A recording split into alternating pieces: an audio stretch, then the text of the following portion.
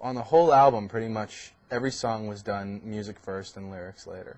There was a couple of exceptions, like "Where'd You Go," the song "Where'd You Go." I came up with the chorus and the piano at the same time. Oh, but that brings up an interesting point that I actually, on the record, I wrote all of the singing hooks. So when it came to Holly's part, when it came to John Legend's part, I basically played them the thing and said, I'm thinking of having you sing this. Are you open to that idea? And because these people, like I said, because these people, I know these people, they're friends of mine, they're more open to that idea. They kind of, I think if I had asked a person I completely don't know to sing something that I wrote for them, sometimes it might be a little bit fishy. But in the case of these songs, the music kind of just told me, this is what the hook should sound like, and I'd sing the hook on there. And then once that happened, it would occur to me, on this song I need a more soulful vocal like John's. On this song I need a female vocal like Holly's. I worked on most of the stuff on the Fort Minor album at home first. I have a studio at home. I have a ton of keyboard gear and guitars and basses. I actually bought some percussion gear for this. I bought some percussion pieces for this album because even when it came down to like the tambourine, like I've got 100 tambourine sounds on my keyboard, but I wanted to, like I said, I wanted to make this a kind of a hand-played, more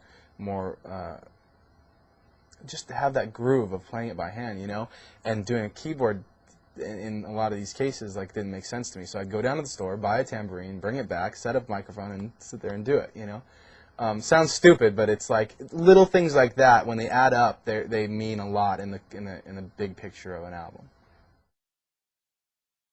When I'm working with other artists, I always look for things I can learn, techniques I can learn from. Like when we did the Linkin Park album Reanimation, that's kind of where I first met Black Thought from the Roots, and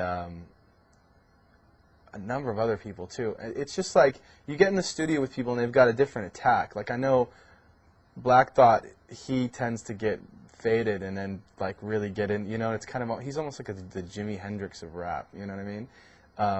And it works so well. Like his verse is one on the song Right Now is one of the best verses in my opinion. I think it's one of his best verses, and it's on my record, so that's great. Whereas like a guy like Lupe Fiasco, who's a friend of mine, he just like basically goes off the top of his head the whole time. He doesn't write anything down. He kind of takes a cue from Jay in that sense. So when it comes time for me to write stuff, be it Fort Minor or Linkin Park, I kind of take those ideas and like maybe, if I'm having trouble writing a part, I'll just, I stop and I'll just try and just get on the mic and try and like get through it off the top of my head, and a lot of times little things like that will help you get over writer's block. The Fort Minor show is definitely something I hope people get a chance to see. Our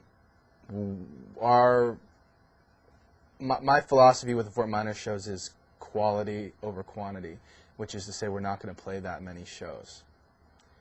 But when we do play, it's going to be a big deal. We have a group of 11 plus people on stage. It's me, Ryu, Tak, and DJ Cheap Shot from Styles of Beyond. Beat Down is our drummer. We got 3 string players. We got 3 backup vocalists. Plus, on some shows, Holly Brooke joins us to sing Where'd You Go. And then on this tour, we've got Eric Bobo from Cypress Hill playing Latin percussion. So that's 13 people. Somebody who just came to the show the other day reviewed it. In the review, they said we gave the kids a $50 show for a $20 ticket price. And that is exactly what I was hoping we would be doing.